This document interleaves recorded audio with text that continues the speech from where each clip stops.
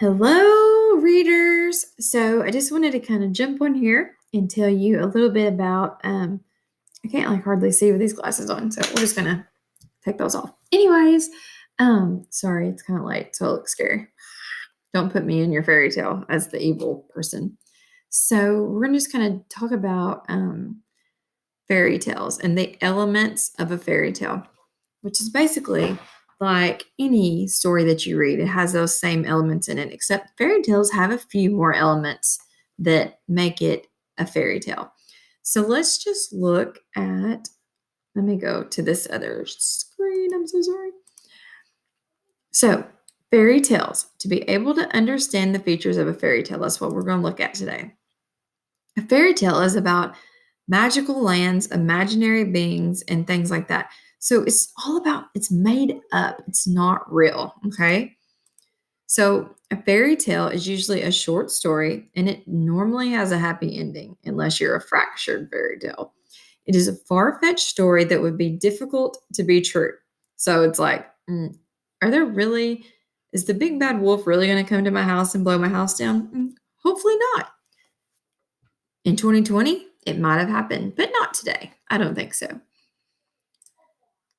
Usually begin with once upon a time, told over many, many generations. And we're going to look at some of those as we talk about culture and some folk tales and things like that. How they're told from different points of view, different cultures have different ways of telling it, and things like that. So, our Cinderella in the United States may not be the same as a Cinderella in England. So, it's just cool to look at those things. Themes are commonly magic and love. I'm sorry, guys. It is what it is. And it usually has magical elements like talking animals and fairies and talking, clearly pigs, and people can fly and things like that. Things that just aren't true. So they also have royalty, which would be your king and queen and things like that.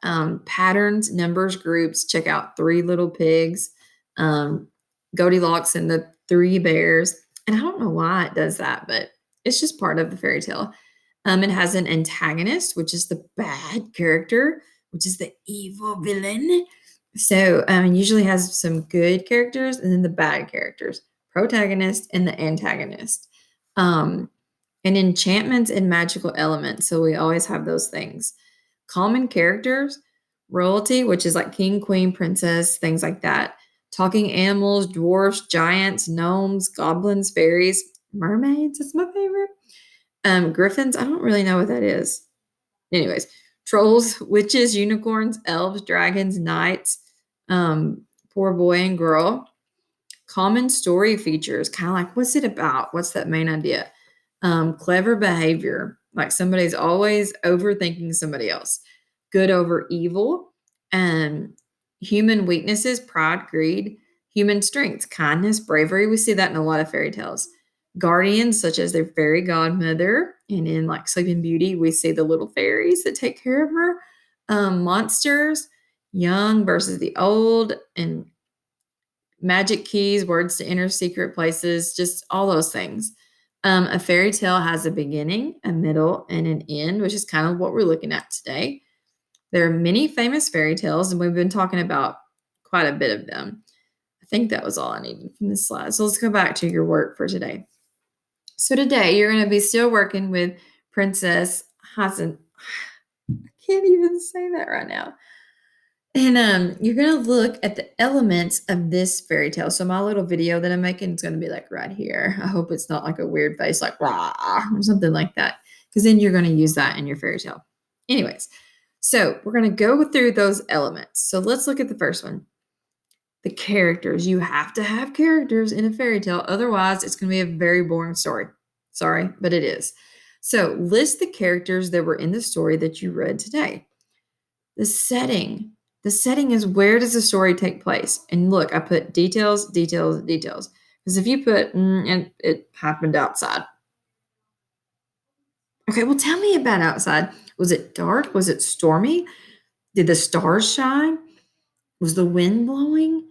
Were there cows mooing in the background? Tell me some details about that setting so that I can know what it's like without even reading the book. Okay. There's always a problem and there is always a solution. So you love this. Look, what's the problem here? The problem is my umbrella died and it is raining on me. And here's the solution. What's the solution? I got a new umbrella and it should say solution right here. I'll fix that before I post it. So the problem is something the characters wants to change, fix, or figure out. This is kind of like a mystery. The solution is the way to solve the problem. So it's kind of like two puzzle pieces that fit together. You have to have a solution if you have a problem. You have to have a problem to have a solution. So they go together. So what goes wrong in the story is your problem, and the solution is how did they fix it? So that's what you're going to look at today. So, problem, what goes wrong in the story that you read? Solution, how is it solved? You just have to tell me that.